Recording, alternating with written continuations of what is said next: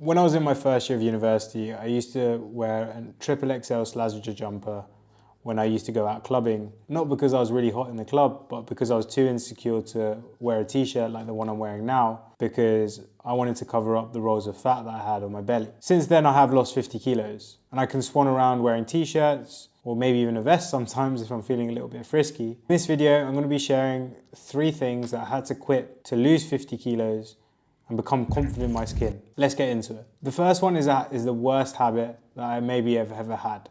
And I used to eat in bed whilst watching Netflix. When I was in my first year of university, me and my friends would smoke a joint and we would chill, listen to some music, maybe order a pizza, and then my room was on the top floor of the halls of residence. So imagine having these halls of residence, halls of rooms, and a kitchen at the end of the corridor. And I'd walk up to my room, and because it was on the top floor, I'd be a little bit out of breath, and then I would sneak into the kitchen and I'd have this Tupperware of gel roll on the table that I used to grab and take into my room. For some reason, my room was right outside the kitchen conveniently. Probably the worst person to have a room outside the kitchen. Anyway, gel roll is this Indian little snack. It's like crisps. And then I would sit in my bed with this Tupperware of crisps, basically, and just eat that while I watch something like Narcos or Suits. And there are so many wrong things with this, I'll be honest with you. But on a fundamental level, I look back and I think I'm a bit disgusted with that behavior,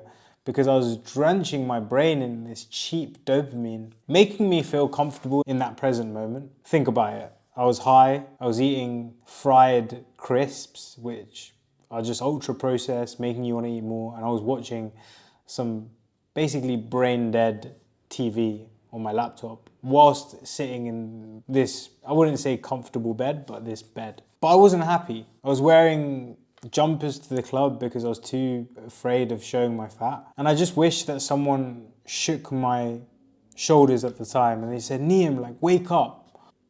Because that habit and that lifestyle that I had wasn't making me happy, and I just didn't realize it at the time. And I wish I'd taken control of my life and my health a lot earlier. Eventually I did obviously make the change in my life and start becoming healthier, going to the gym, taking control of who I am as a person, and stop being a degenerate. And part of that process was actually just waking up earlier to do my steps in the morning, to go and work out, to go to the gym. And as a result, I had to start sleeping earlier. And that meant cutting out watching Netflix at night in my bed, especially eating shit food in my bed. And so there was a shift that happened where before I would distract myself and medicate myself with these comforts and allow those comforts to avoid the discomfort of actually just being who I am. And then when this shift happened, my life actually just became the TV show where I was the main character of the journey of self-mastery and becoming this person that I am. And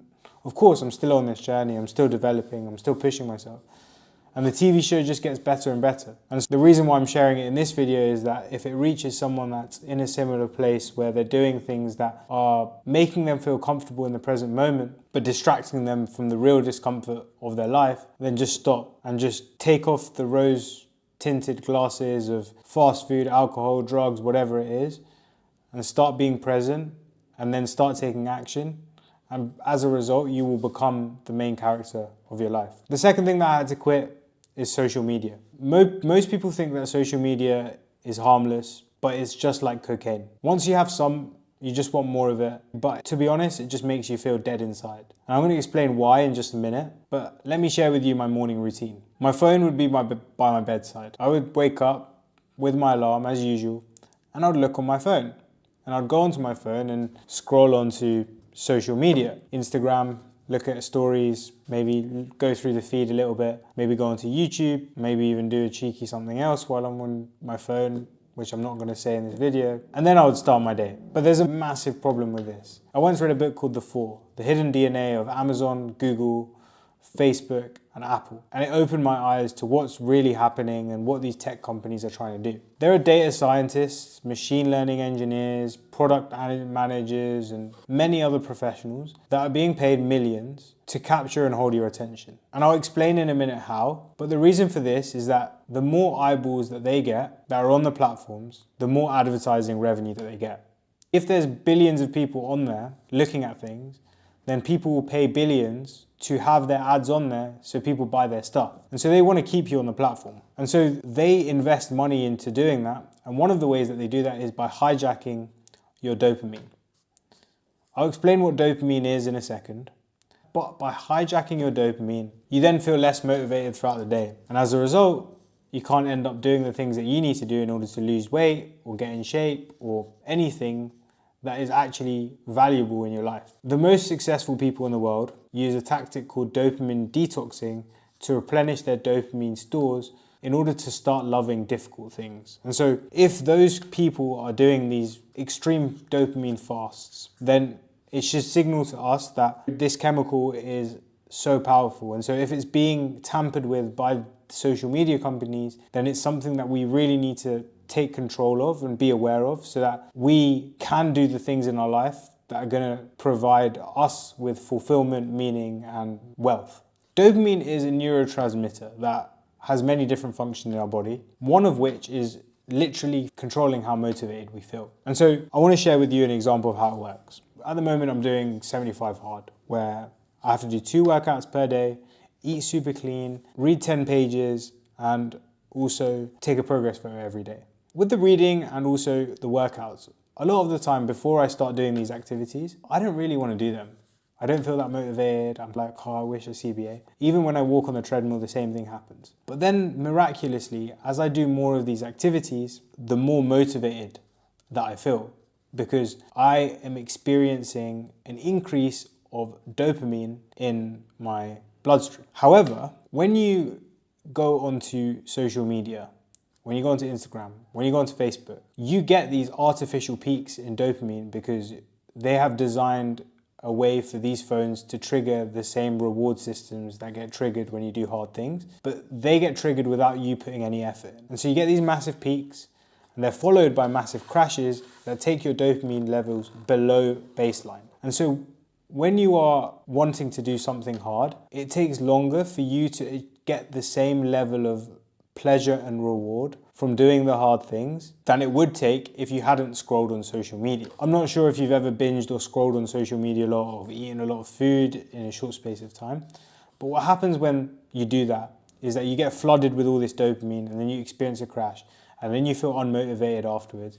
And because of that, you're not doing the things that you need to do in order to lose weight or get in shape. I realized this was happening to me a few years back and I deleted Instagram. And only last year I've re-downloaded it, and even now I'm super cautious with the way that I use it because I know that it's tampering with my reward systems so much that if I use it too much, I will feel unmotivated. I put my phone on grayscale.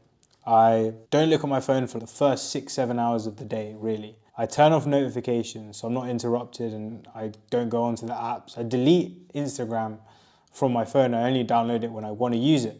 Because I've set up these boundaries with my phone and Instagram and social media, I'm able to be way more motivated. I'm able to love doing hard things. I'm able to actually do the things that I need to do in order to achieve the goals in my life. If you want to achieve similar goals or you want to do anything worthwhile in your life, please be cautious around the way that you use your phone because it makes a massive difference to the chemicals in your brain and as a result, the actions that you end up taking. And the third thing that I've quit that has allowed me to lose 50 kilos and keep it off is I stopped eating so quickly. This trick won't allow you to just lose weight, it will literally allow you to keep it off too. And it's something I still forget sometimes, but I'm so much better than I was before. So when I was younger, my family and I would order a takeaway from this kebab place called Taste of Lahore in Watford. And now it wasn't like a proper greasy kebab, it wasn't like the lowest tier greasy kebab that you can find in London, but it was like a mid-tier. It was a little bit cleaner, not healthy wise, but just literally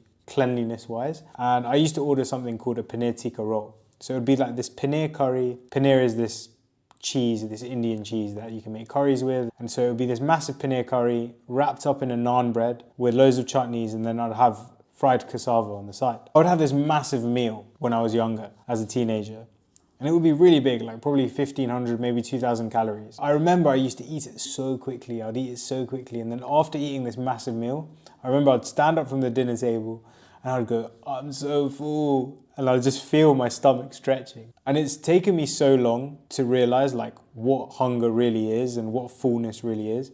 And one of the ways that I've been able to do that is by eating way slower, and throughout the meal, taking a moment to just be like, all right, I'm feeling this full, I'm feeling this full. Because the thing is, right, it takes 20 minutes for your brain to signal to your stomach that you are feeling full. And so if you eat something now, in 20 minutes, your stomach will get the signal from your brain. It doesn't just happen instantly.